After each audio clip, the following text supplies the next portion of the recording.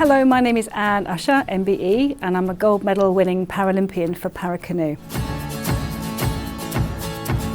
It's a really funny story, and it's one of those situations where I would really encourage everyone just to say yes, no matter how bizarre the question, no matter how strange the request. It was while I was working as a games maker at London 2012, and I was early for work and I bumped into another games maker in a coffee shop, and we started talking, and he found out about a weak leg that I'd developed because of an accident. And I was sad because I couldn't ride my bicycle anymore, and that's how I got to be at London 2012, volunteering to try and find a new purpose, a new direction. And it was really interesting because the games maker, he saw in me a weak leg, which I thought was my biggest disability. I hated it. It made me a failure. It made me unable to take part in things. And I felt really bad about my whole life. And yet he said, your leg is amazing. It's just what we're looking for. It's the perfect disability because they're putting together a team for Rio in a new sport, para-canoe.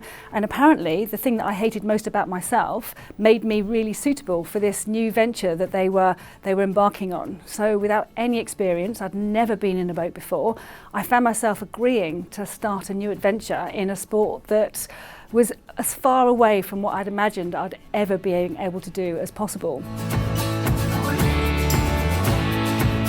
To be able to find a sport or a new activity that I wasn't restricted by because of what I felt was holding me back. And I realised I'd been so wrong about what my limits were. It wasn't about my leg, it was about what was in my head.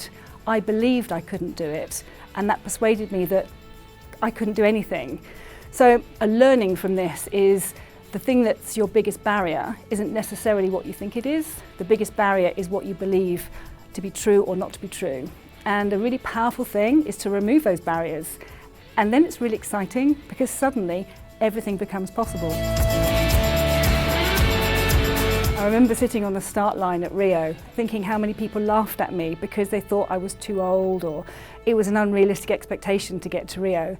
And it was really interesting because I could have listened to those people who thought negatively about whether I could achieve this incredibly stupid, crazy, ridiculous, wonderful goal of getting to Rio.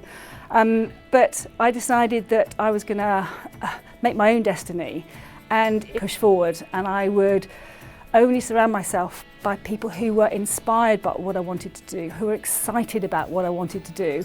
And I would never have been able to achieve what I achieved without those phenomenal people who believed in me and who were excited about my journey and generously gave me their knowledge and their enthusiasm.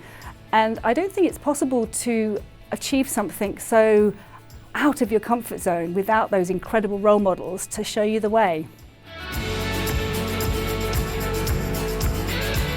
Winning a gold medal is the most amazing feeling, and the 4 years of incredibly hard work that I put into getting that medal kind of flash before your eyes, and you remember the mornings getting up at 4:30 to get to the lake, the things you said no to, the sacrifices I made very willingly because I knew I had a goal that I wanted to achieve. But to get that gold medal, you suddenly realise that all those tough times were absolutely worth it. Always focus on what you can do, not on what you can't do.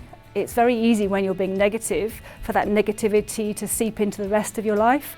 And if you can grab a hold of those things about you which you know are good and successful and you can work out, then there's nothing you can't achieve. And the second thing is that sometimes saying no is actually a really positive word, because in saying no, we're saying yes to ourselves. So no, I don't feel comfortable doing that, because yes, I want to follow this path instead because I believe that's going to be best for me and my future. So never be afraid to say no, as long as you can make it into a positive word.